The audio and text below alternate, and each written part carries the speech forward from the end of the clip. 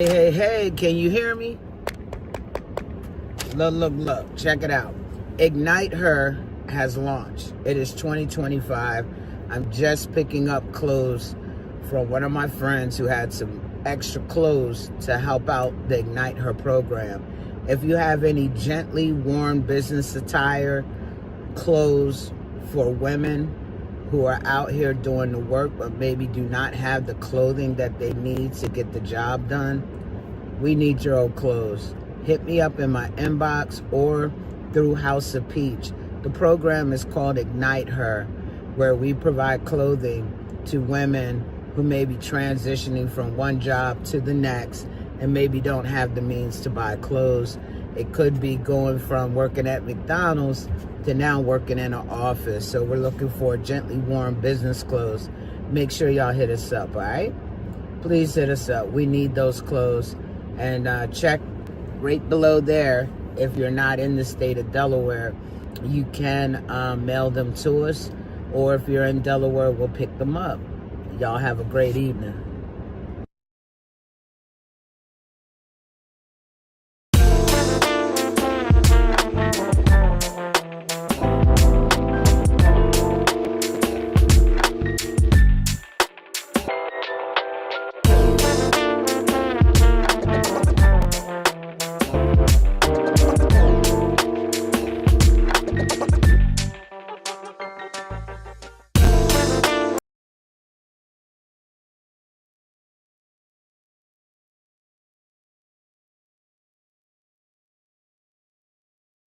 Muted. Hello, everybody. Welcome. It is time. It's Monday. It is time for the Boss Ladies Lounge. I hope you guys are ready. Thank you so much for joining us. I am April Anderson, one of the hosts for this amazing show, and we are back. We are live. It is time for us to come in again and have another fabulous show. But get this, today is He Said, She Said. This is not our normal, just regular talk. All right.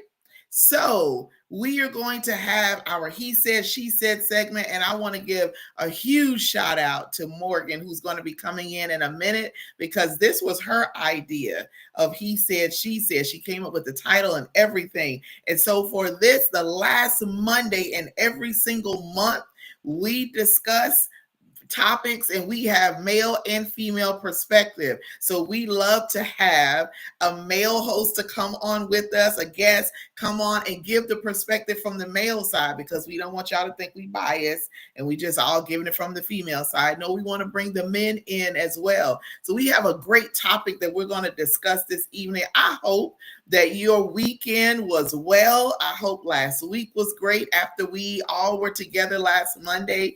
I am just getting back in town from New Orleans, and that was an experience. It really was. Mardi Gras is going on, so there were parades literally on the street that the hotel where I was. So I could walk out the door and I was at the parade. The highlight for me were the bands. I love bands, and there were a lot of high school, there was some college. It was just an exciting time. And I will tell you, with everything that went on in New Orleans a little while ago, we weren't on Bourbon Street, but we were on Canal Street. When I say heavy police, a law enforcement presence, there was the National Guard that was there. They had helicopters there. They had New Orleans police there. They had Louisiana State Police there, and then they had people, law enforcement that were in kind of plain clothes, but you knew who they were. Yeah, they weren't playing. You weren't coming in there doing anything crazy. So it was 100% safe. We had an amazing time. And I went for an educator conference, so we had a great time at that as well. Always good to get together with fellow educators and learn, because our field of surgery is evolving every single year. There's new things that are coming into play, new ways that we need to teach and train our students. So we come together to collaborate, and it was a great time. So I hope and pray that you all have had an amazing day.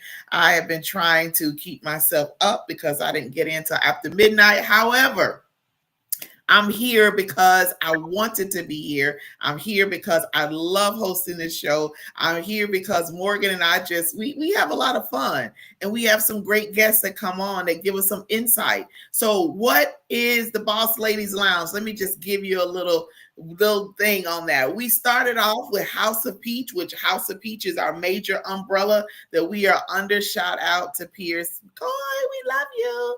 So we are doing this to highlight so many things, and we've evolved. This is our second year of this, and we have evolved so much. We started off with female entrepreneurs, and we're not away from that. We're still doing that, highlighting female entrepreneurs, female business owners, female organization owners, all of these things, and to give you, the people, our guests, our constituents, those that watch us, give you some information on how to start businesses, on what you need to do as an entrepreneur, how it affects your life, how to navigate through that. And we found that during our shows, we always end up talking about so many other things, right? So because we do that, we've decided to expand. So there is no topic off the table. When I tell you none, we've talked about some stuff that's made me blush, and you can't really tell because I'm so melanated, but it's made me blush. So it's some serious stuff. We talk about real life issues. And today is no less than what we've been doing. Our purpose is to push you, to drive, push you, to motivate you, to encourage you, to and uplift you, to do those things in your life that you want to do. Like, why just want to do it but never act upon it? So we hope that from our shows that we encourage you enough and give you information enough that will push you into what you want to do in life, push you to your destiny. Like, there is room at the top for all of us. We don't need to be at the bottom. Nothing's going on at the bottom. Nothing. But like when my grandmother said, but foolishness is going on at the bottom. We all can get to the top. There are plenty of people in the world. There's plenty of opportunity in the world for us to have just what we want if we just take the step. So what we like to do here at the Boss Ladies Lounge is we like to provide you with the information that you need to get to where you want to go, right? So before we move on, I want to say this. I'm going to put this out here. I'm going to put a request out. Can I put a request out? Okay, I think I heard y'all say, yeah, put your request out. All right. If there are topics that you would like for us to discuss, you have questions, you can send them anonymously. We don't care. We're not going to put your business out there. We just want to discuss. Let us know, because we want to talk about those things that have come up in your lives, those things that you have questions about, because if it's something really serious, we can get an expert in to come in, because Morgan and I by no means are experts. We have lots of experience, but we're not experts. However, we have connections to the people that we need to get in here to give you the answers to what you want. But how do we know what you need if you don't say anything? So you can come in my inbox. You can go in Morgan Harvey's inbox. You can go in the House of Peach inbox, any of those avenues, and let us know, hey, we want you to talk about this. Can you answer this question? Can you bring someone on to talk about this? We absolutely, positively can do that.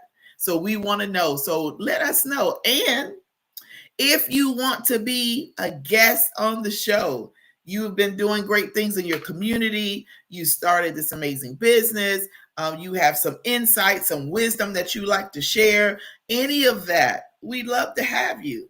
This isn't Morgan and April show. We want to bring this in for everyone. We want everyone to be included. Nobody is X'd out. Nobody is banned from coming on unless you're coming on with some mess. Now, if you're coming on with some mess, we gonna have to. We're not doing that. That's not what we're about. But if you're coming on with positivity, if you're coming on to help uplift people, do the things that we are setting out to do, then hey, we would love to have you on. Don't worry about things being scripted or being camera shy and all of that. It's just like, we just talking, having a conversation. See, I don't mind getting in front of the camera. Now, a few years ago, I wouldn't do this. This would not be me. I would be my introverted, quiet self that I grew up as being. But things have changed in the life of April. So I'm not that way anymore. So I love what I do. I love bringing these shows. I love doing all this stuff. So we're going to do that. Morgan hasn't come in yet, but is our guest on? Is he on yet? If not, then I'll just keep going and we'll keep up. Now, this is what I want you to do. Okay, wherever you are tuning in from, I want you to put a comment somewhere. I'd like to greet you by name. So tell me in the chat, wherever you are, where you are tuning in from. And that way I can shout out your city, your state, your country, your name, say, hey, thank you so much for coming on. And another thing that I want you to do is I want you to share this out. People need to hear what we are going to discuss tonight. This is something so serious. And to be honest with you, it's a trigger for me. It really is a trigger for me, but it is something that needs to be discussed. So we are going to talk about it, and we have a guest. He's going to come on and talk about it from the male perspective. Morgan and I are going to give our feedback from the female perspective, but we're going to have a discussion, and I hope that it blesses you like it has. I know it's going to bless me, and I know it's going to bless you. So let me know where you're tuning in from. Share this out. Share. Amazing topic. We're going to talk about family. In a nutshell, that's what we're going to talk about. Family and what happens in family. Y'all, we know that some of us have families with different dynamics, different situations, things going on, some things that are known, some things that are unknown, some things that you may need help with, some things that you may need deliverance from, freedom from, to be broken out of, chains broken off you from. So we're going to talk about that stuff on this evening. Family is a unit. And in family, there's supposed to be togetherness. There's supposed to be growth. There's supposed to be, we're supposed to cover each other, and we're supposed to help each other. But family usually is the number one place of strife, of division, of contention, of estrangement. All of that stuff happens. And sometimes it is not because of what we've done. It's a generational thing. See, I'm about breaking and destroying generational curses, things that have happened in my family line before I was even born. But those things cannot be destroyed if they're not discussed, if they're not brought to the light, if they are not dealt with. And too many times we brush things under the rug. So if we're sweeping and brushing it under the rug, what happens? It builds a pile. And before you know it, there's an explosion, because that rug can only hold so much before everything starts to come out. So we want things to be dealt with in a nicer way, in a calmer way, and not an explosion. But how are we going to know what needs to be dealt with if there's no discussion? So tonight, we're going to start the discussion that you can take back, if necessary, to your own families. Get this stuff out. I know with some of the things that I dealt with, I honestly 100% tried to deal with it. And what happened? It didn't go well. So it drove a wedge even more in my immediate family. But did I what do I do with that? Do I just, oh, woe is me, and I'm just fall to pieces? No, because I would rather do something on my part to try to make amends and make things work and get things together instead of not, and then later down the road have the shoulda, woulda, coulda. So at least I know for me, I did what I could for my family or in my family. Now there's some things that you're not going to change. There's some things that you are not going to be, you can't go back in time. However, what you can do is start from today and moving forward. And that way you will now make changes. There are some generational curses or things that took place in my family that I literally cursed it at the root because it would not go past me. I meant that thing. It's not going to go past me. So you can make the changes in your family line that were future generations. If you don't have kids, then your children, your grandchildren, your great-grandchildren, on down the line, well after you have passed on, you can make those changes necessary. That's what I did. So I do things differently. So tonight we're going to talk about that, and I'm waiting for my people to come in. If not, I'm going to go ahead. There's a video, and I love Morgan because I think she's on social media a whole lot more. Greetings, Lady Smith. So happy you are on here. Thank you. I believe now. I know she's in Florida. Clearwater?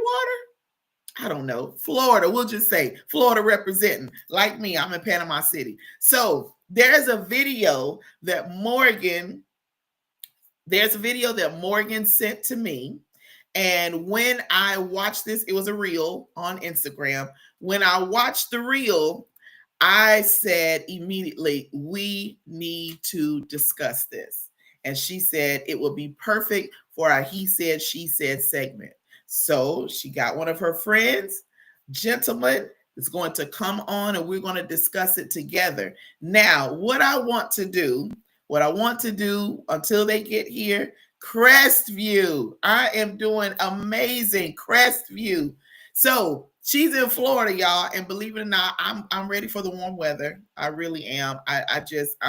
Although I've lived in multiple states where it's been cold and snowing and all of that, I'm not a fan of the cold. I am a fan of the heat. Now, I know that's weird, but I grew up in Georgia. Humid, hot. I would rather have that so I can sit in my air conditioner instead of being in South Dakota in the snow, having to put on multiple layers where I can't even walk. Yeah, I'm not doing that. I don't want to do that. Right, Lady Smith? She's like, me too. So I'm ready. We are ready. So what I'm going to do, I'm going to show this reel. So with Restream, we have a new feature and I'm excited about it. And I'm going to show this reel. Now, what I need y'all to do is to listen and watch this reel. And I can see people in the chat. I can see y'all putting stuff in there. So I need you. We're going to comment. We're going to put our input. I want this to be as interactive as possible. I don't want to sit here and do all the talking. I want to read your comments and then we discuss that way. And then my guests are going to come in and then we're going to move on from there. All right. So let me share my screen. And Lady Smith, if you would do me a favor, if you can hear it once I start to play it, then let me know, okay? I'm going to share my screen. All right, number one, can you guys see my screen? Oh, there it is. So you should be able to see my screen. Yes, you can see the screen.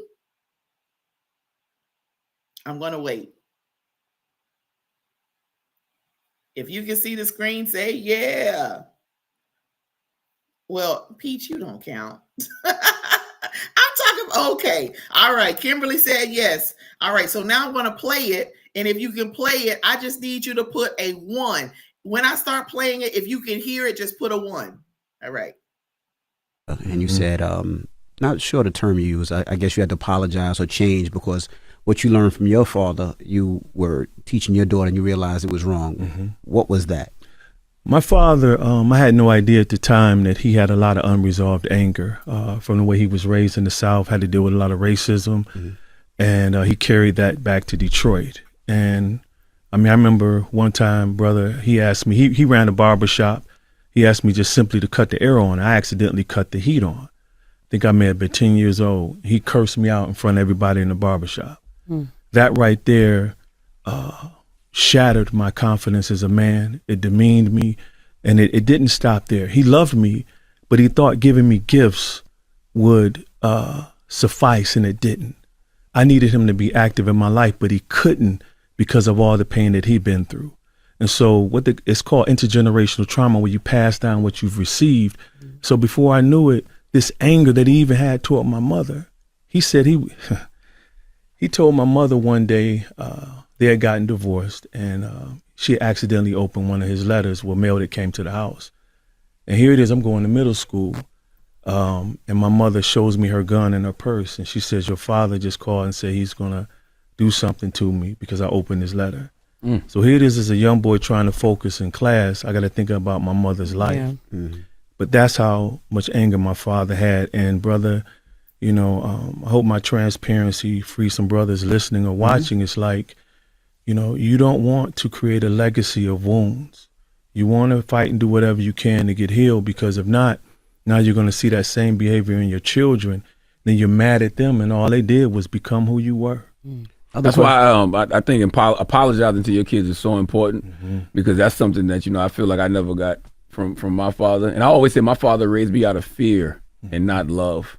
And I think that's what we got to avoid doing. We got to raise our kids out of love and not fear. Yes, the fear of that they might end up, you know, falling victim to the street, or end up, if we were in the street doing the same things that we were doing, like we got to relinquish that. That's true. I call it fear-based parenting. You know, my mother was that way, which is understandably, I understand why she was, because she just lost a son, you know, and then my other brother from my father, he was murdered. So she was terrified that I would die the same way. And because of that fear, she had checked out, you know, meaning the affirmation that you typically get from your mother, the nurturing, I didn't get that. My mother loved me. Like everyone who knew my mother knew she loved me. But I realized in therapy, one session, when the therapist asked me, who would get the Band-Aid when you got hurt? And I said, I would. My mother would just tell me where it was. And in that moment, I realized, man, this is why I'm misusing women, because I never understood the importance of having my mother, the understanding of what nurturing is, the value, the affirmation. And I unpacked the mother wound as well in that book, because many of us, what we're seeking is the love from our mothers and women, and they'll never be able to match what we didn't get. And it's unfair to them. And so I had to unpack all of that, brother, because I didn't want to transfer that onto my children. And so I've allowed myself to be more tender in that area. My son by far has the best father, because I've become the embodiment of what I teach. And so to your point, yeah, it's absolutely important for us as parents to not be fear-based, especially my son's, he's driving now. Why do I have to teach him how to get pulled over by the police? Why am I focused on that? What is that teaching him? Is that really making it better, or is it making it worse when he gets pulled over? But those are the things, you know, we have to teach in our community. But at the end of the day, making sure you balance that with some positive reinforcement, and to teach them that how to live in the moment. Because when we teach our children, we got to understand we're also teaching them how to miss the moment, because they're programming themselves like, okay, if this happened, this probably gonna happen, because that happened to dad, that happened to mom, it's probably gonna happen to me. And so in that moment, if they're not open to be able to meet the moment, to do what's necessary, they may fail in that moment. You talked about your relationship with your daughter.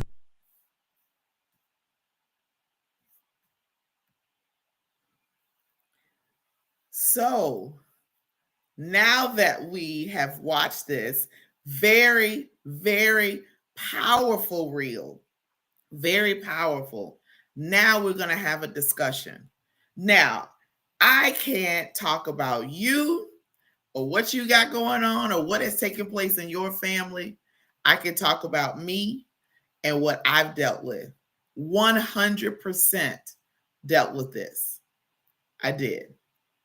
However, I vowed to never be that way with my own children, right? But there were times when I did see some things. Hey, Peach, you want to take the chat off our main screen there? Because every time it pops up, there we go. Hey, Morgan. Hey. All right, fix your screen. I don't want to look at your Half my face. I know. yeah. Girl, it's doing the most today. I just feel like I'm over it all. It's been a Monday. Welcome. I'm so A happy you made Monday, it Monday. on. Okay, so I just showed the reel, so everybody got the chance to see and hear. So for future, we can show reels from ourselves. We can share that. So very powerful, talking about what we experience growing up. And it is not necessarily that person, that parent, it is what they've experienced that has transferred down from generations. I have come to understand that indirectly we are, or directly, we carry that on from generations until we recognize it and stop it. So I recognize, for one thing, here's one. So my father would very loudly yell at us about stuff, little simple things. Like, here's a good example. He could not stand to hear people chewing or popping gum, right? That right there sent him over the edge. And if he heard it, and it could have been accidental, as I'm chewing, accidentally it pops, it's not on purpose. If you pop that gum again, I'm gonna make you spit it out. Really? That little thing just irritates you. That little thing. And so I found that one thing that it affected me is I wanted to have control over everything. I wanted to control everybody's move. You got to do it exactly like I say. It has to be that way, because I had none growing up. I was controlled. That happened to me. But I had to recognize and realize, you know what, this is not good. This is not working. I need to do something about that.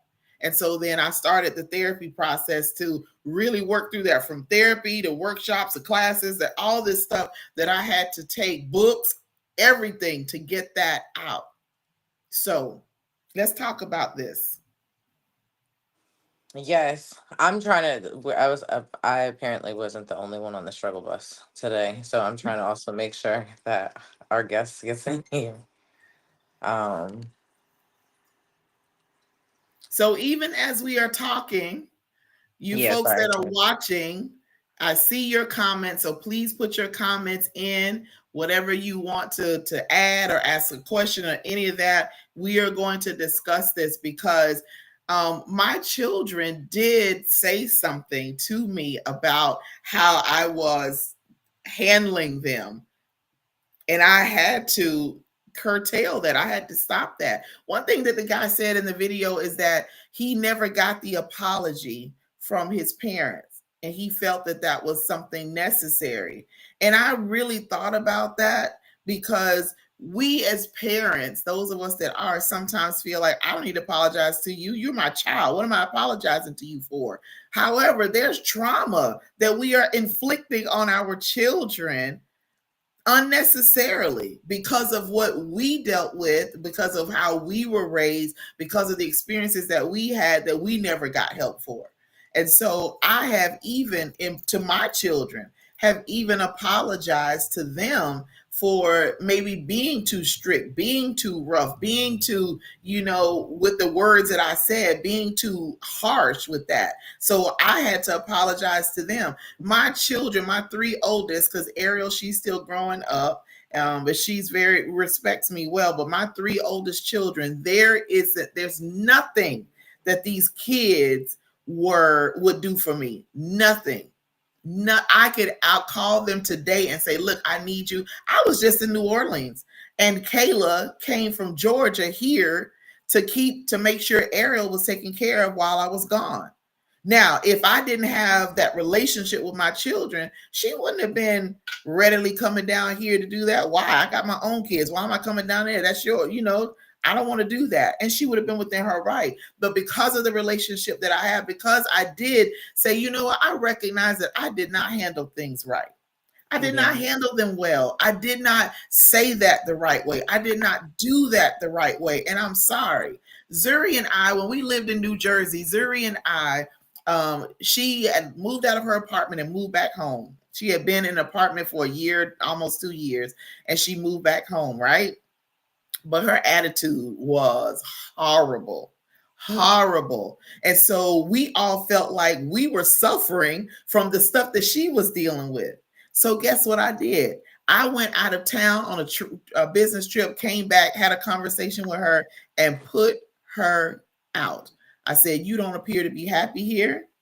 You're making all of us suffer. We don't like that. I'm tired of the rest of them coming to me like, what do we do? So you're going to have to go. That put a wedge between Zuri and I for months. Now, I don't know how long it was. It seemed like forever. But when we did get to the point of having a conversation, when I tell you those months of separation time for her, because anybody knows me know how I feel about my kids, that right there tore me up. And when she and I had a conversation, I was boo-hooing like a little baby. But I apologized. I said, Zuri, I did not handle that well. I did not handle it the right way. I never want our relationship to be, bad. I never want us to be separated. None of that. I was big enough. I'm her mother, yes. But I was a woman enough to say, you know what? I didn't do that right. I didn't handle that right. And there's parents that don't acknowledge that at all. They don't acknowledge the wrongdoing they've done. They don't acknowledge the damage that they've done. They don't. But I acknowledge that my relationship with Zuri now, if I call her and I'm crying, she's like, what's going on? Who I need to come get? Like, she ready. She's in fight mode because we have that relationship. And she said, there's nothing that I wouldn't do for you. Nothing. But because I took that step of saying that, because I took the road of taking responsibility for what I've done, for how I handle it, which may have not been the right way. So now I have that relationship. Whereas there are some people who have done things to their kids would spit on them before they said anything to them. I know that for a fact. I'm not just saying that. I know that for a fact. So Evangelist Adams says they thought they were doing right. Exactly. They only went based on what they experienced and what they knew, and what they experienced wasn't always right. The stories that I've been told about things that my parents and grandparents and great grandparents went through and dealt with, that was swept under the rug, that was not brought out, and how it has traumatized family members. And I'm wondering why they act like that. Now I know. Yeah. So as much as I'm a firm believer in apologizing to my kids, um, that's how I show up as a parent. But many of us are never going to get an apology from our parents. And there's a young lady who I believe is a therapist. I feel like she should be a motivational speaker and maybe even a pastor, because she's just anointed in a lot of things. Just very grounded and secure in some things. She was like, the apology really at the end of the day doesn't mean anything, because it doesn't. And we can't expect someone to see something that they can't see. Um, I unfortunately have had an estranged relationship with my mother for about 5 years now, and um, it's been that way because that's what she's chosen. It's not because I'm not talking to her. It's not because she owes me an apology. I mean, she does owe me an apology, but that's not something I'm looking for anymore.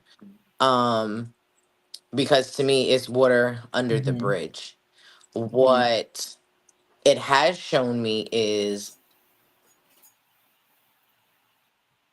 how I was brought up to manage her feelings. It's also shown me how little my feelings matter to her, especially when I've brought up and I've expressed the things that she's done and or said that has caused some hurt.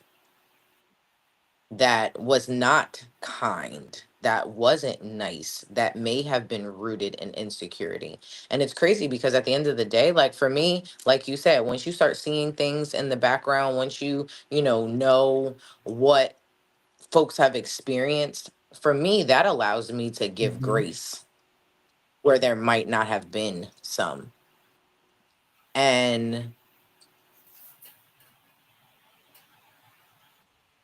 it's hard to grieve the loss of a relationship and someone is still very much Hmm. alive.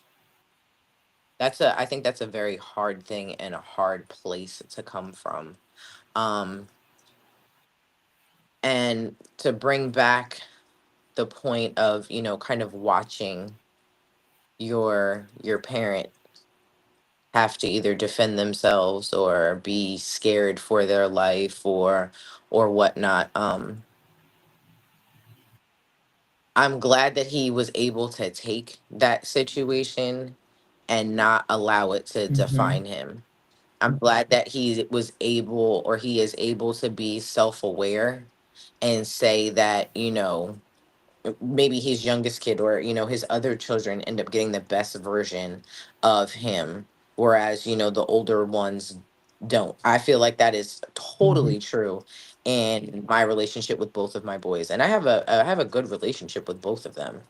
But what I know now, because I, chose to heal some things, because I chose to do some real digging deep down, not even just personally, but on a familial level, this allowed me to be able to understand how to break some real Hmm. generational curses, be able to understand like what my role in this is, because I was just taking on consistently, like I said, managing other people's feelings, trying to consistently be the one to always apologize even if I wasn't Hmm. wrong. You know what I mean? Like I don't I think it's funny because when children speak out and they say certain things, you know what I mean, I want to say the no, I don't want to say the older generation because I feel like I'm sure we the older generation at We this are. point. Like we don't. I was like we don't crossed over, but our parents, they were like, I would never dare to say something to my parents like that. Well, that's probably the Yeah. problem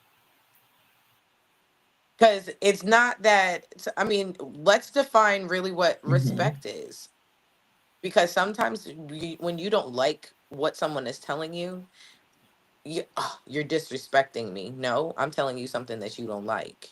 There's a Yeah. big difference.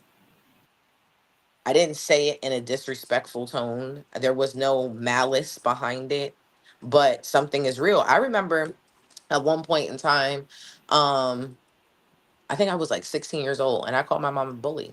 Mm. And she was, "What?" I said, "You are."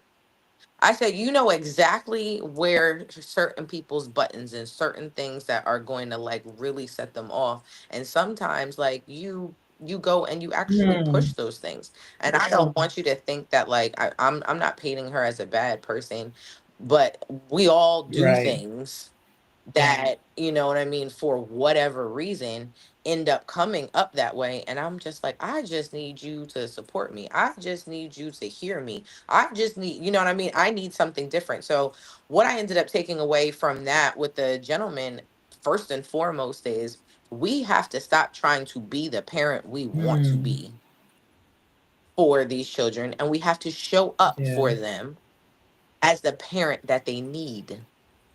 And if you can't be able to sit your ego down long enough to figure out exactly what that means, because that might not be something you're used to, that might not be something that's ever been demonstrated in front of you. Nobody in your wheelhouse circle, whatever, knows how to actually do that.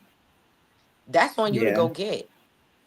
And so for me right now, like my biggest charge is how do I show up differently for my children? When my son ends up getting into a space where I feel like he's being difficult, it's so easy for me to be able to just revert to what Right. I know. Well, this is what my parents did, this is what they did, or whatever. But I'm also young enough to remember what it was like being 14 years Hmm. old. I don't want that for Yeah. my son. he deserves better than that. And you're right. Our parents did, they did the best that they could with what they had. But I'm also the type of person that says, okay, but that was then and this Mm-hmm. is now. And I think what I have gotten from the relationship with my mom is that she might not have been able to show me certain things, but she's been able to demonstrate what it is that I need to do Mm-hmm. different. And that's what I can learn from the situation. So instead of feeling some type of way, um, you know, you just, again, you lead with grace, and you keep it pushing. I have full, I don't harbor any bad Mm-hmm. feelings. I'm sad because we don't have a relationship. I know my entire life I couldn't wait for my mom to be my Mm-hmm. friend. Like, I was waiting for that part. Like, when you're not about to be my mom and we could be friends. You know what I mean? I grew up with with a young lady where her and her mother, they were like this. And when she went off to college, she was like, "Well, who am I supposed to share my burger with? Who am I supposed to share a meal with? Who am I supposed to?" And I was like, "Girl, what you Yeah. mean?" Right. And I was like, that's exactly how tight they are. And I feel like I love how um they have been able to be in each other's lives for all things that have gone on, been able to accept each other for who they are, and at each stage in life. And I think that that's a beautiful way to be able to have a relationship with your child Yeah. at the end of the day, because they're not Mm-hmm. ours. They They're a are. gift. And the more we try to control, the more we actually are potentially getting in the way of what is meant Mm-hmm. for them, where they're supposed to go. And so we've got to be willing to learn and hear and discern certain things, so that again we can be able to show up for them the way that they need, rather than how we feel like we need. It's like a love language, your love language for your Right. kid. You know what I mean? I was explaining to Noah recently about love languages. And I said, imagine if you walked up to me and you said you wanted me to cut this pomegranate for you, and I handed you a piece of broccoli. And he was like, I would throw it. And I said, I feel you. I said, but why would you throw it? He was like, because that's not what I need, and that's not what I Mm-hmm. asked for. I said, exactly. I said, so if you can't be able to hear what somebody is asking, if you can't be able to discern, because some people don't also understand that children communicate at the level of their Right. ability. So sometimes you have to be able to sift through certain Mm-hmm. things, because that's all they know. It hurts my heart sometimes to see, people telling their children not to cry, get yourself together, all of these kind of things. Like, and they're not even at a mental age where they can actually Yeah. self-soothe. They're not at a mental age where they could really be able to use their words to express what it is that they feel. Or they're being told, my mom's favorite line was, put your feelings in your pocket, they lie to you. Mm. So now at like 40 years old, you try and figure out, I don't know, I feel something, but what exactly do I feel? I don't know, because I've been out of touch with my feelings for all of these years. Wow. And that translates into so many other things. And I get it. But again, like he said, fear based, that's real. Because unfortunately, culturally, especially when we were here, it is rooted in fear. Slave owners used to use spankings as a tactic of Mm-hmm. control. We used to lie. You know what I mean? Like, even when we say stuff like, "Oh, your son is such a great kid. You can have him, or he's for free," or Yeah. you know what I mean? Or we'd be like, "Oh no, he might look like that in the front, but you know what I Mm-hmm. mean, don't let him fool you." That was a thing to make sure that our kids weren't sold Mm-hmm. off to another plantation. Yeah. That, you know what I mean, that, like, it's there's so many things that are rooted in that. And I think the more that we become aware, the more that we talk Mm-hmm. about things, the more that we're open, we're teachable to hear. And again, like I said, set our egos down, we can get One thing somewhere. that you said, you talked about the apology and receiving the apology. Um, I don't want, I don't. I've come to the acceptance that I won't get an apology, and that's cool. The main thing that I wanted to focus on was forgiveness. I wanted to focus on being able to forgive what was done. That way I can move forward, because we don't forgive, we stay stagnant. That holds us back. And I didn't want to get around family members and I haven't forgiven them, and it just changes my entire mood. But I heard something on, I think, Facebook, that one of the guys said an apology without change behavior is a waste of words. So if you say you're Absolutely. sorry, but your behavior, your actions are still the same, they're not showing that you are remorseful or sorry for what you've done, then why even waste it saying it? Because it's not sincere. So don't apologize to me if you're not going to mean it. So don't waste your breath doing Yeah. that, because I'm going to be able to see through that anyway. So I wasn't seeking an apology when everything hit the fan in my family. I wasn't seeking an apology. I just wanted it to be known, because I never felt safe or comfortable enough to express how I felt for fear. Like he talked about that in the video, how, the past people, they raise their children in fear. So you fear me. No, even God doesn't want us to fear him, to be afraid, like, oh my God. No, he doesn't want that. He wants reverence. But a lot of us, myself included, were raised in fear. I never had that where I felt I was on edge all the time. All the time. So I never wanted that for my children. And one thing that she's abundance on here, but Kimberly, but what she said is she studied her children and their personalities, because you cannot, what each of them need is separate.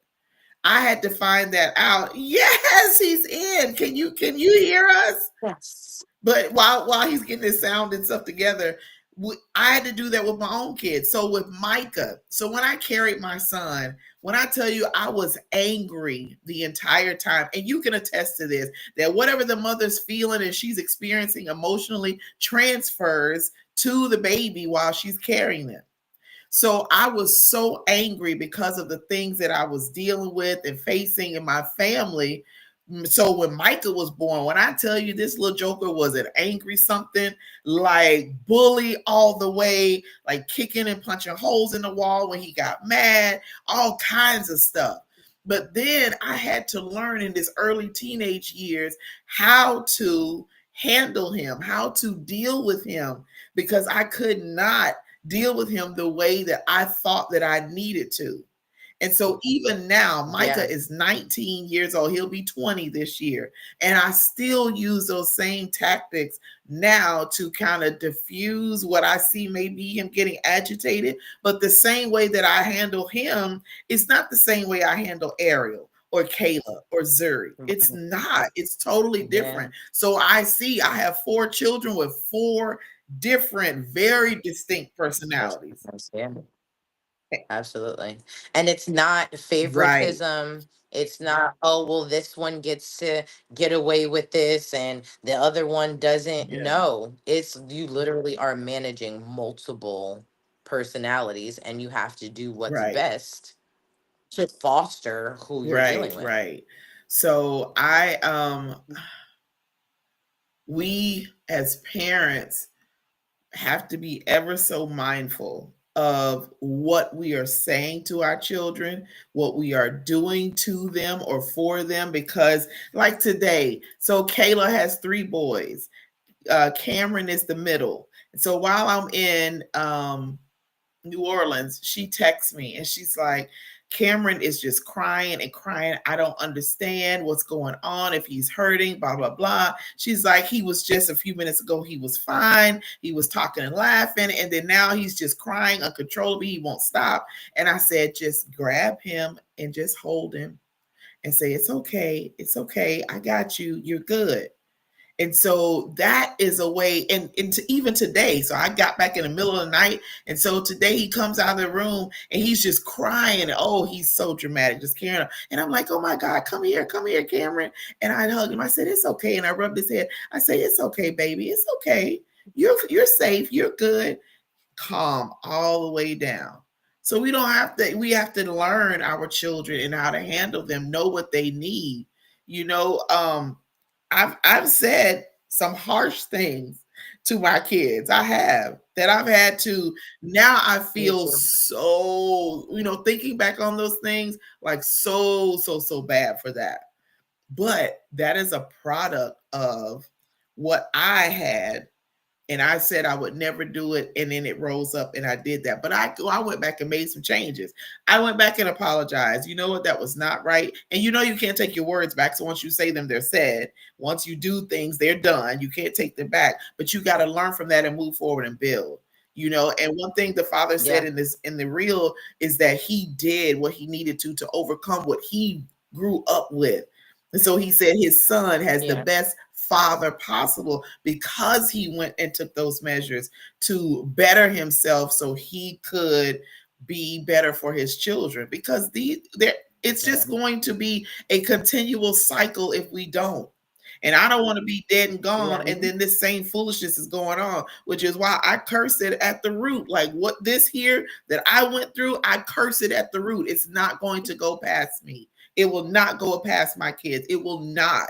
And I meant that because I want there to be love, support, happiness, growth together in my lineage after me, after I'm gone. You talked about the young lady with having the relationship with her mom, and they're like friends. Like, when are we gonna get to that friend mode? I'm literally like that with my kids, to the point where I have to remember, oh, wait a minute, like we sitting talking, laughing, doing stuff like I'm their age. And I'm like, wow, this is something.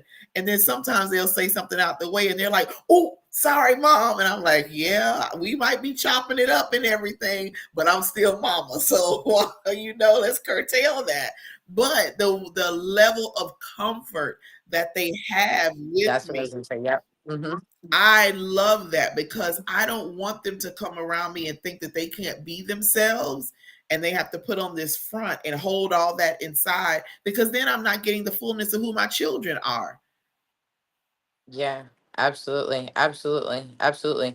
Well, like you said, so we're talking about as far as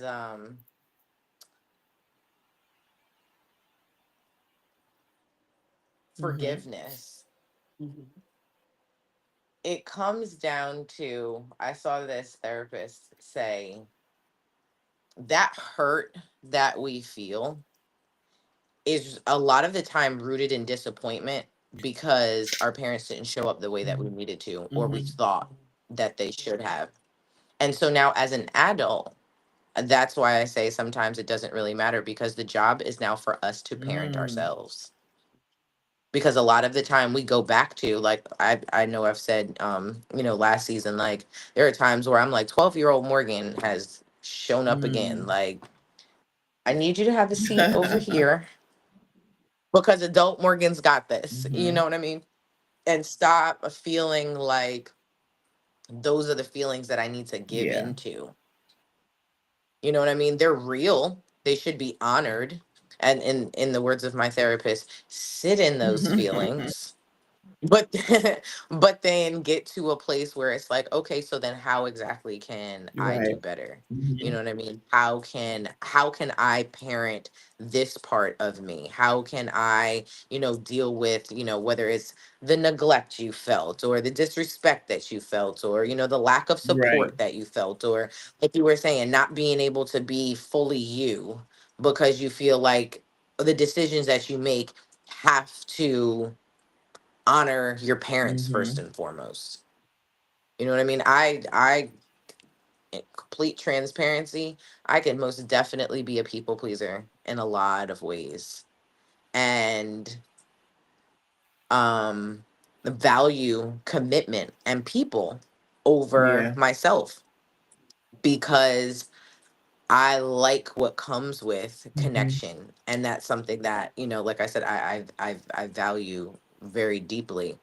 But at the same time, you can't value that to the point where you're not actually living your Yeah. life for you, living your life the way you're intended. And I had a wonderful conversation today on my flight home. I should have been asleep so that I'm not half sleepy now. But it was the epitome of amazingness to just talk to her and to talk to a woman who understood exactly where I was coming from. Funny enough, she ended up also being an Mm. adoptee. She's got a very interesting and amazing story. And as she was describing, her adoptive mother, I was like, no way. I feel like we grew up in the same house. You know what I mean? Because there were a lot of similarities with things. And my growth in trying to understand and navigate this estrangement allowed me to really pour into her, because she's like, there are some things that I want to look up, but I feel like, or, I want to be able to know what my background is, but I know that that would kill my mother. And I was just like, yeah, but you're also sitting here at 50 years old, you know what I mean? And are you going to continue to use that as an excuse to not honor yourself and what you need Mm-hmm. to know? Two things can be mutually exclusive. I mean, it can be true at the same time. So, you know what I mean? It doesn't have to be disrespect for you to go and follow your heart, follow what you want, go do what you want. Because at the end of the day, I don't think any of us as parents really want to sit where our kids regret not doing something because we didn't allow Mm-hmm. them to. Because they wanted to honor us, they wanted to make Yeah. us happy.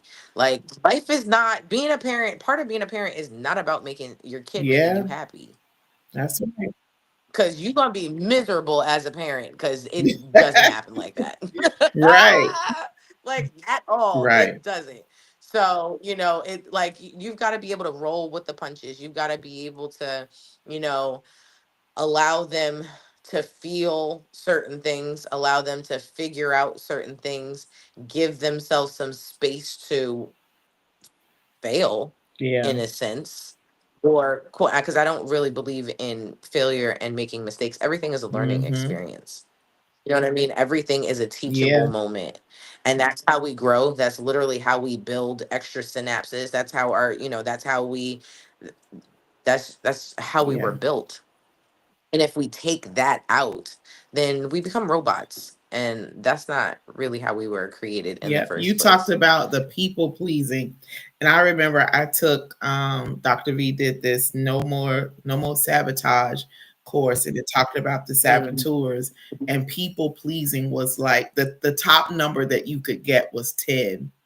And my results after I took the assessment for the very first time, my pleaser was at a 9 or a 9.5. And when I look mm, back over my life from that point previously, that's who I was.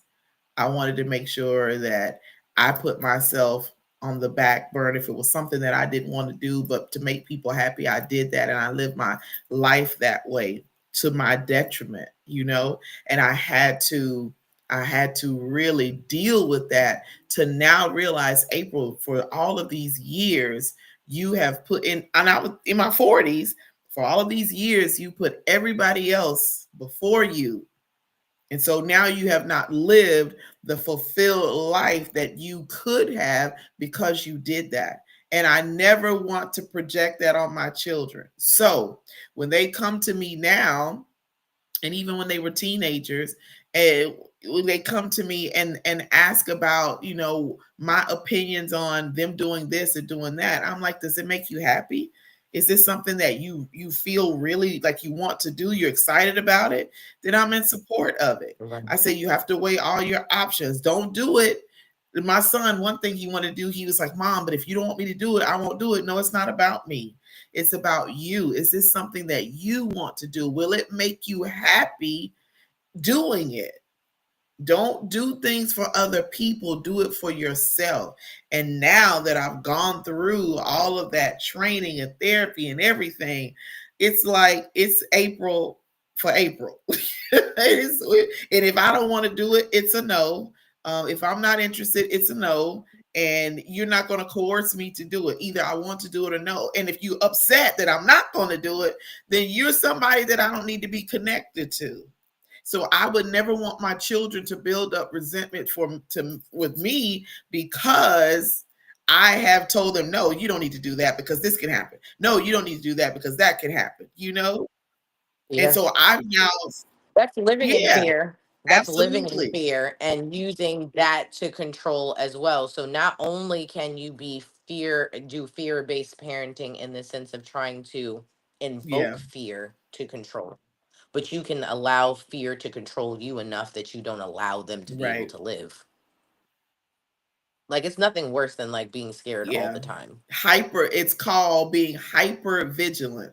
Now we're supposed to be vigilant and be Mhm. aware of what's going on, aware of things. Like for me now, you won't catch me roller skating. I never learned, but you won't do that now. You won't see me on roller skates now. I'm at the age where it take a little bit longer for bones to heal. I'm moving up the ladder. So what I Yeah. look like, if I've never learned, now it's not the time for me to learn. So I am aware that can do some harm, but I don't want to be thinking that for me and now project that onto Ariel, who wants to learn, who wants to do that. Anything could happen. You could walk outside and get struck by lightning. You never see that coming. So don't go outside. No, I'm not going to have that. And I never had that with my kids. They want to do everything. Just here, Micah played all kinds of sports and did all. I'm like, oh my God, when he broke his shoulder, I'm like, well, that's going to be the end of that. And it wasn't. He did it, went through the healing process. He went through the therapy process and was back out there on the field. I'm like, well, okay. I didn't want to stop him from doing that, because of fear. A lot of us parents, hey, a lot of parents watching this are going to watch. Y'all need to take inventory of how you have interacted with your children or what you have done, because you may need to go back and say you're sorry, and say you're sorry and change the behavior, change what you're doing, understand who they are, because how you were raised may have not. Now, if you had a wonderful upbringing, your parents were great, they were open, they allowed you to do things, they supported you, they encouraged you in all of that aspect, and you felt like you feel like you have a really good relationship with your parents, then I'm not talking to you. I'm talking to those of us that did not have that. We did not go through that. And it has projected onto our parenting, has projected onto how we handle our families, our current family. I'm glad that things have changed. I wish things were different with the immediate family, but what can I do? Like, I've done my part.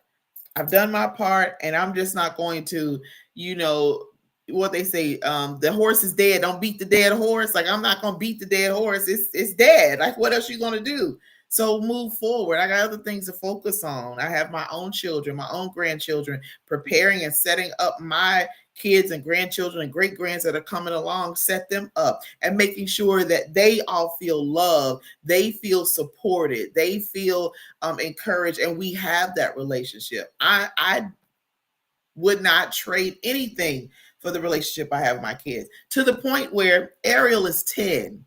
While I am in New Orleans, this chick does something that she just totally out of character. She's so allowed a little friend of hers that spending the night here to influence her to do something that she knew was wrong. Ariel was so upset about it, that the fact that she did it, that she told me. She wasn't going to tell me.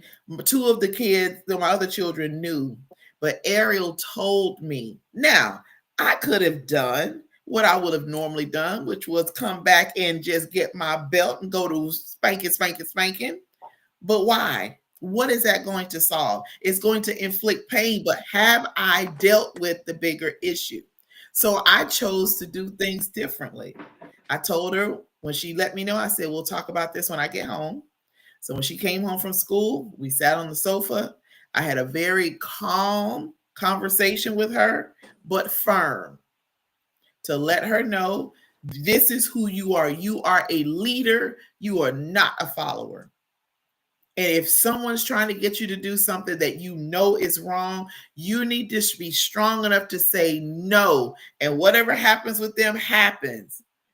I said, so you are grounded for a while. I can't give you a time limit. I said, but I'm warning you. If you let this happen again, we're going to have a totally different conversation. So she was scared because she didn't know how I was going to respond. Now, had this been me growing up, oh, I've been somewhere in the hospital, like literally. Yeah, Yeah. I agree. I So agree. we definitely need to handle our children differently. All right, let me see if I can read Yes, they deserve that some better. of these comments here. So Evangelist Adams, she had to leave, but she said, I think that while they are in your home, you have to be their parent. And when they grow up, they become friends. And I agree with that, because when they're growing up, they don't know. We have to teach them. There has to be structure. There has to be communication. There has to be understanding. We need to guide them because they don't know anything about life. They don't know anything about situations that are going to rise and how they need to handle that. And then once we've taught them and instilled in them and poured into them and they become adults and they're now living their life, now we can see what we taught them manifesting. And now our relationships shift to a dip, because now I'm just here as your advisor. I don't tell you what to do, but I'm your advisor. I have my girls still call me wanting my advice on stuff, and that's good, because at the end of the day, it's your decision, but I want to give you a different perspective on how to look at it. So look at it from this way. How is this with Zuri? She's trying to find her own place, and she's gone to view these places. She's done videos. She sent them to me. I've given her my feedback, but at the end of the day, Zuri, it's your decision. Here's what I think based on the cost and what you have available. This looks good, like something you can handle. But if you think you can handle more or you're not quite on it, then that's your decision. That's where it transitions when they are out of the house, when they are adults, when they are moving on with their lives. Now, would I wanted my kids to stay little forever? Yeah, because I'm like, wow, they really are grown up and leaving up out of here. Like, what? True, true, Yeah, so true. it happens quickly. So yeah, it is a different day. Um, what I like with what's been going on in some places is things are no longer being hidden, and they're no longer you brush to the side, because with the world that we live in today and what's going on, we have to make some changes in our behavior, in our family lives, in our personal lives, all of that, because we're raising, like you, Joe and Noah, are future leaders in our world. And if you treat them the way that you were treated, or talk to them the way you were talked to, or any of that, how are they going to lead the world when they become adults? What are they going to do? Yeah. Because at the end of the day, they mimic what was demonstrated in front Yeah. of them, And so I have a saying here in our house: if you don't like what you're getting, look at what you're giving. Mm. And that's real. I think even in parenting with someone, that's a conversation. I know my husband and I have had multiple conversations about how to handle certain Mm-hmm. parental things. And it sometimes will end up like in an argument where, especially coming from the place where I am now and being more aware of how I show up, being more aware of how I need to unlearn some unhealthy habits and replace them with things that make, that are um more effective. Mm-hmm. And it's hard to get out of a cycle. It's hard to get out of certain things, and sometimes it'd be like, well, it's my mom or my dad wasn't a horrible person. No one is saying they were a horrible person. What I am saying is what they demonstrated was not Right. healthy. And so from here, we need to do Right. something different. You know what I mean? I know what I've seen might have not been healthy in this Mm-hmm. situation. And a lot of the times, I think when we get frustrated, when we, lash out when we have certain things, it's because it literally is a flashback. What they say, when you're hysterical, it's historical, Mm-hmm. right? So that's why we end up getting into these spaces Right. that are here, because those emotions that we might not have been able to have, those emotions that were not brought up at the Right. time, now are surfacing as adults, where we know kids are going to bring out the best and the worst Mm-hmm. of you. Just like relationships and Yeah. marriage does, like it's going to show you Oh you. yeah. And so the question is, are you going to show up different? Are you going to do are you going to do something different, or are you going to continue to subscribe to what is comfortable or what you've Right. already known? And for some people, that even is a definition of honest Mm-hmm. chaos. And then they're looking around like, well, why is this going this way? I mean, you got to take a look at what Right. you're getting. Absolutely. I know postpartum depression was hard for me. And that was right after Noah was born. And life was really lifing on top of COVID. And then, having another small child. And Noah was an early talker, but just like you were talking about Micah, Noah was a yeller. Mm. And one day I was like, yo, why is this kid always yelling? Why is he always so animated? But I realized that in his early language development, his mama was Mm. angry. His mama was overwhelmed. She was overstimulated. She was just touched out, tapped out, help me, Jesus type of Mm-hmm. situation.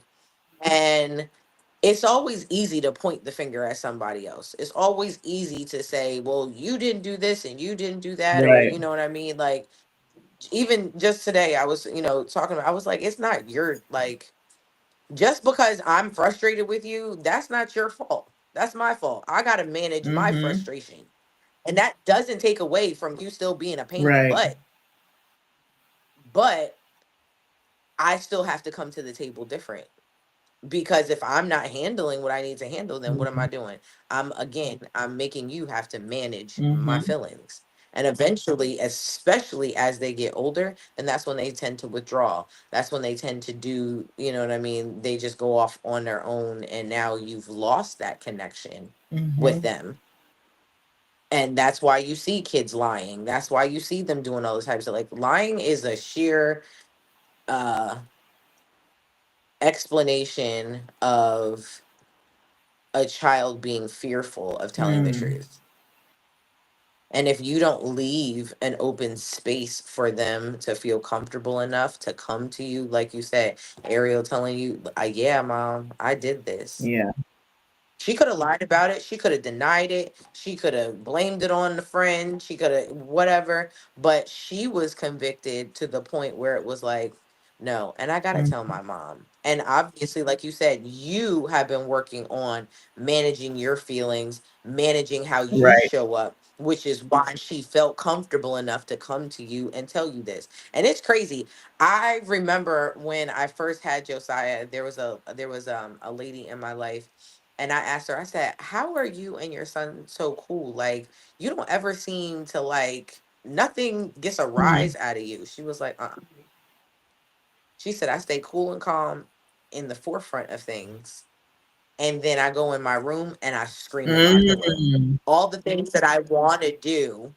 So she still validates her Mhm. feelings. You know what I mean? Because, yeah, listen, I mean, sometimes our kids be telling us stuff and we're like, what? Like, you want to pull your hair out. You want to, shake them a Right. couple times. You want to, like, what the heck? But Yeah. you got to stay cool. You got to stay calm. You got to do what you need to do to get out of this. Teach them, use it as a teaching Mm-hmm. moment on how to handle Yeah. these things. Because if we don't give them the proper tools, then we're going to keep repeating this same thing over Mm-hmm. and over and over again. And I'm sorry, I need my hair. I don't need it to be thin or gray. Like, Right. I got enough of that going on already naturally. Like, so let's not add any Right. extras to it. You know what I Yeah. mean? My kids, So, before we left South Dakota, one Christmas, I will never forget this as long as I live.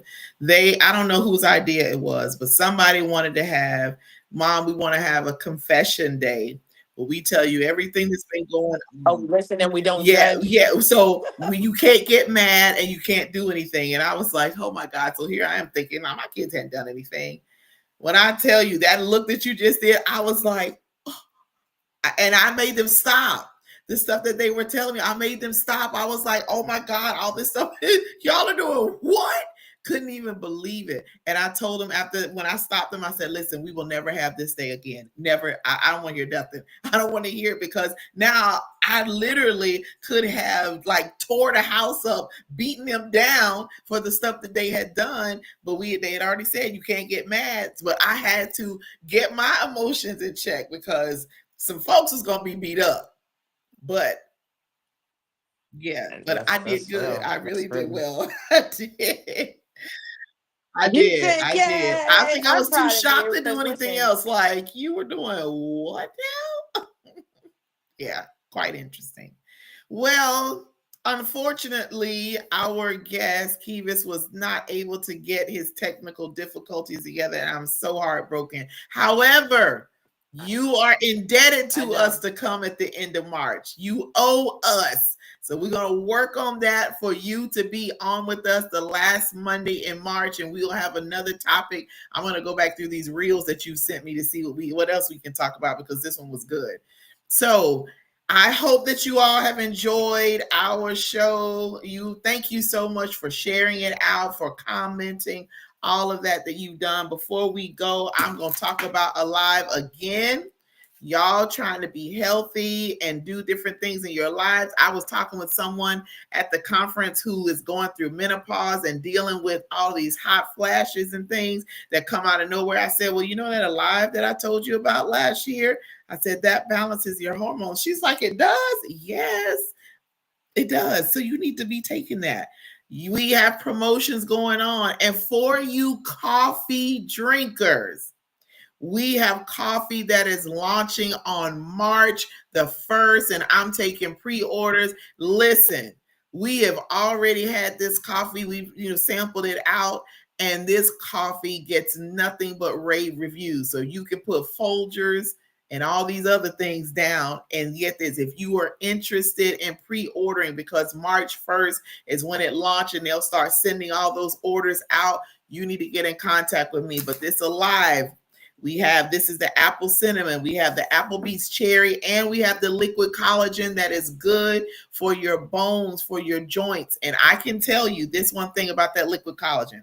So I always have issues with my right knee. And this is what I have been taking it for some time before I realized this. I was in the airport here walking down the stairs because the escalator wasn't working. And usually when I walk down the stairs, my knee gives. And I realized as I'm walking, like, my knee doesn't have pain and it's not giving. And I was like, okay, all right. That liquid collagen is no joke. That's why my fingernails keep growing so long and strong, because it's my nails, my joints, my hair, all of that, my bones. So you want to get with me, because we got these promotions going on, and I want you to get a part, and especially if you want this coffee. You got to. And I'm not a coffee drinker, but I'm going to drink this because I want to experience what I've been hearing about. Like, I want to experience that. So, Well, I am a coffee drinker, and I'm gonna just take a minute to plug my yes. my clients. I was like, I don't know if you peeped my shirt Not as earlier, things turn but yes, it says Jesus loves coffee too. up again. Yes, I was like, my clients are so. I went to Texas. I was like, just like you were away this week. I was like, I was away as well. Um, and I was like, I will definitely put in here. I want to say, look, it's a Aurora dot co. But they are an absolute amazing. Oh, we should definitely have them on as guests. I was like, this is a husband and wife team Oh, that are working a business yes. together. And when I tell you they are the most fantastic people I've ever met. Like this experience was probably it ranks very high on my, as we were joking this week, on my doula-ing list. So listen, I just wanted to, shout them out in the Frisco, Dallas Mm. area. um, they are, like I said, phenomenal people. And if you guys do know anyone who needs a doula, I am actually working on some consulting things, so that I can branch out if I can't end up traveling. So I just want y'all to know that like the information is out there, the education is out there. April and I, look, we really need to get it I'm waiting together on now, you. because look. Exactly. Look at the look. I guess I need to hurry up then, because look, our next he said she said, I'm gonna be out the Oh, country. I'm trying to be like yeah. you. So yeah, we need to do that. I'm be out the country, y'all. Okay. So I'm super excited about a lot of things, and I can't wait to like share it Yeah, on a grander scale. absolutely. But for right now, I do want to plug too. If you any of you guys are interested, next weekend, and if you are in the Delaware area, Black Mothers in Power is hosting an in-person book club meeting. I do plan on definitely having this young lady on our podcast, because she has an amazing story, but you can be able to get a bit of this um in there. Let me see if I can put her link in here right now so that you guys can um be able to buy the book and read it real quick. It's a very quick read. It's very raw, it's very real. But it's her story and her life story, and like lifed. She ended up in prison, and the Mm. story is about how she had her baby Oh, in wow. prison. It's about having a doula and a midwife in prison. So it's like for anybody, yes. And the way that she's come out of this, the boss woman that she is, like she's absolutely amazing, amazing. So I can't wait. We are actually doing a meet the Okay. author for next week. So I was like, if you guys are interested, it's going to be at Black Mothers in Power Center. I want to say that's 2215B North Washington Street in Wilmington, Delaware. It's going to be, I want to say it's like 11 o'clock in the morning. I'll make sure that I post it. You guys see postings all over the place.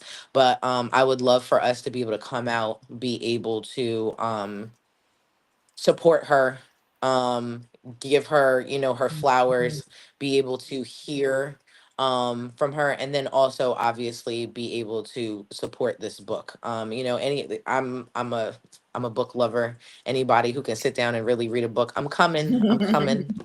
uh who can write a book, you know what I mean? I feel like that's something special.